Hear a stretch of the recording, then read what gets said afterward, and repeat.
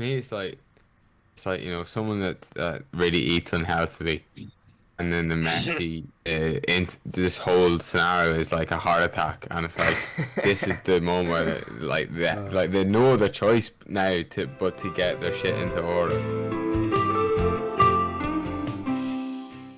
I couldn't get over that De Jong signing. Neither could I. I mean, I was going to ask you about it later, but what better time than now? Can you explain to me any sort of rationale behind that signing? Because I'm honestly baffled by it.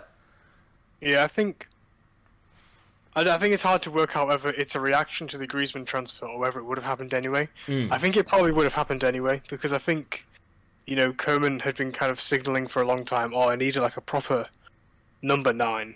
Because, Braithwaite's the probably closest thing they had. But even then, he always kind of plays off another forward. Like when he was at Leganés, he used to play off En-Nesyri, who's now at Sevilla. So he plays for Denmark as well, isn't it? He's not. I think he plays off. Yeah, he plays off like, I don't really know who Denmark. Poulsen or Dolberger. Yeah. So Koeman was always kind of complaining around that, and I think, obviously, De Jong's like his man, basically from the national team. Like who basically him and Depay used to lead the line when Koeman was the manager. Obviously, he isn't anymore.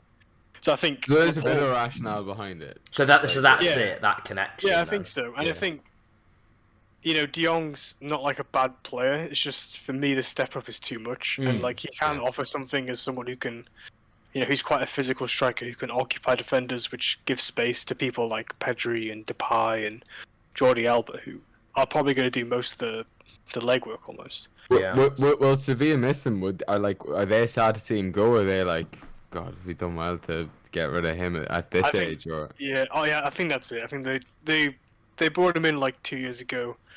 He's kind of done his service. It sounds really unsentimental, but they didn't want to get rid of him, but they had bought another replacement earlier in the window when they bought Rafa Mir from Wolves for like 16 million euros. So De Jong was already kind of on the way out. So maybe it's astute of Barcelona to look, okay, here's a top flight standard forward, an international forward. He's already on the way out. Why don't we just pick him up? But I still think they could have used the money better on different forwards who maybe would be younger and they could sell on for later. De Jong's just a loan. I don't know if they've got an optional or mandatory future fee, but even if they did, they're not going to get anything back from him, which, when you're in their financial situation, you kind of need to be making sort of signings that are going to say if you bring them in now and they have a barnstormer for 2 years and then you sell them off for a profit, basically. Yeah, I know they have like... There's absolutely no scope for that with De Jong. It's basically just a here and now situation, which, yeah. Do you think there's any anything of the mindset, like, have they got anybody coming through a toilet striker? Is Ansu Fati is more of a winger, isn't he? Yeah, but he's like played as a central striker for Luis Enrique for Spain, but Fati's had an injury for like 10 months, and they were looking to. They were going. He was for sale as well in the window. They were that desperate to make money that apparently a report came out the other day, something like Laporte had sounded out top agents and top clubs. Here's Ansu Fati, you can have him for 100 million euros, because they were that desperate for money, basically. It's sorry to cut you off a bit, Michael, but I think this sort of goes into the general sort of conversation. I think I saw an article the other day, and we know how dubious sort of player valuations can be, but I still think it's an interesting fact or something to bring up. I believe it was a sports Bible, which isn't the best source. Shouldn't have said that. He stole it from a reliable source anyway. It's from a reliable source. But I still think because of the start comparison. I believe that they valued the squad, or someone else valued the squad, at around 700 million. All of the players, which is a lot.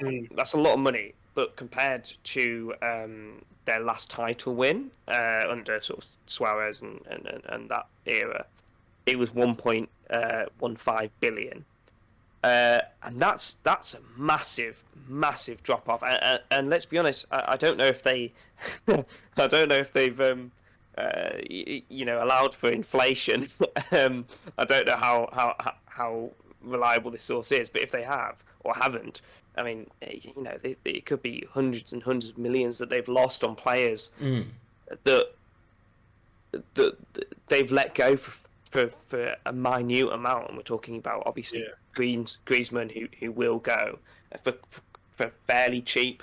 From what given what they were paying him as well, yeah, exactly. Like Suarez, and then obviously Messi on a free. You know that Real Madrid, on the other hand, got what was it, 60 million for Ronaldo when he left to Juventus. So I think that's the difference there. Yeah, and also you got to think like Real Madrid just sold Odegaard for 40 million, and I don't know how much they bought him when he was 16, but it probably wasn't a lot. Yeah. So they just made a massive profit there. And then you've got Barcelona, who are signing Sergio Aguero because he's friends with Messi. And like, when you're a football club and you're signing players to keep other players happy, it's just completely ridiculous. And I just think like the signing of Aguero is just so indicative of how poorly run the club is. There's no chance they're going to get any profit off Aguero. He's like, they're not even going to get any minutes out of him. He's already unhappy as well. Yeah, exactly. Like it's just such. I think they did buy Youssef Demir. Demir's quite an interesting one because he's basically come in and he's already kind of put himself in the starting 11 basically as the kind of right midfielder, which I think is a good thing that they're buying him. And it was good that they bought Pedri last summer, but they just need more of that basically. You know, when you look at Real Madrid, who are buying Camavinga for 30 million euros, like look, Barcelona probably don't have that lying around, but Real Madrid have made a good signing there, and someone who, you know, even if Camavinga doesn't make a success at Real Madrid, they could sell him on for double that in 2 years. I've always thought with Barca's recruitment, it sort of, there's a lot of like agent-led stuff and a lot of like people that can do the deals for it. I remember when we got Raul Sanllehi from them, and he was head of football there, or he was sort of one of 15 people there that was doing the job. And he came to Arsenal. It was basically just whoever he knew that could get the deal done, they were the sort of signings he'd pursue. And there wasn't really there wasn't proper scouting that went into it. There was a lot of using contacts and using intermediaries. And ultimately, a lot of poor deals got done. And I think you can draw parallels with Barcelona. Like, I just look at the recruitment they've done over the past 5 years, and it's really, really poor, really, to be honest with you. Yeah, I think I was actually listening to something today with Sid Lowe and his podcast, and they were talking about how much like Barcelona's expenditure since like 2011 or something, and I think it was something like 1.3 billion euros or something. And they basically like whittled it down. They were like, you probably couldn't even class half of them as success. And then in 2014 is kind of the big change when I can't remember his name, but they lose their kind of sporting director, and they basically replace him with 5 people. So like Eric Abidal and other people. And they just kind of all go. They went to Man City. And it just kind of all goes horribly wrong then. I honestly can't think of a transfer since 2014. So 2014 is excluding Neymar, excluding Rakitic, excluding Suarez. And what's the other one? Ter Stegen, I think, came in 2014. So after then, I can't think of a single transfer that's been an outright success. Obviously, there's been ones that have been decent, like Dembele, Griezmann, pretty good, I guess, but then not like But even then, there's still doubts about. Well, they paid them ludicrous money, I suppose. It's sort of like how you rate the deal against sort of the money they were shelling out to clubs and ultimately to the players. Like Griezmann, on $800 grand a week. It's sort of how good does he have to be to justify paying someone that amount of money? They don't do. And Griezmann hasn't been like at his previous levels. Like he has had 2 average seasons. Much. Well, I was going to ask you about Griezmann. We'll sort of get into it maybe when we talk about Atletico and sort of how he might be used for them going forwards. Was there anything else you guys wanted to add on Barca, or? I suppose the Coutinho transfer fee sums it up for me. Like, and then they pretty much loaned him out straight away to other top teams that maybe didn't get the best out of Coutinho, but Bayern at least got to use him, and I'm sure there was a fee with that loan deal, but nothing that compares to what they paid for what Barca paid for him. So I think that deal there really. I mean, he was good at Liverpool. He never struck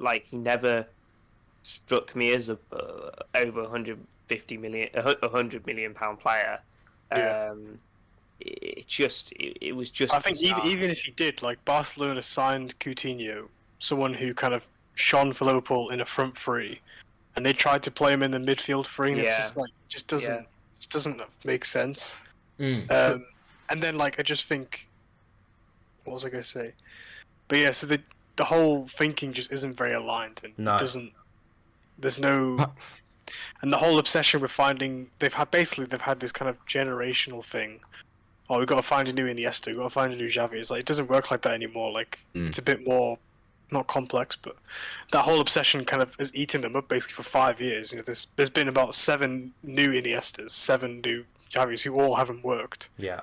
And it's like maybe if we stop labeling these players so early, they might get a chance. Couldn't But, agree more. Yeah.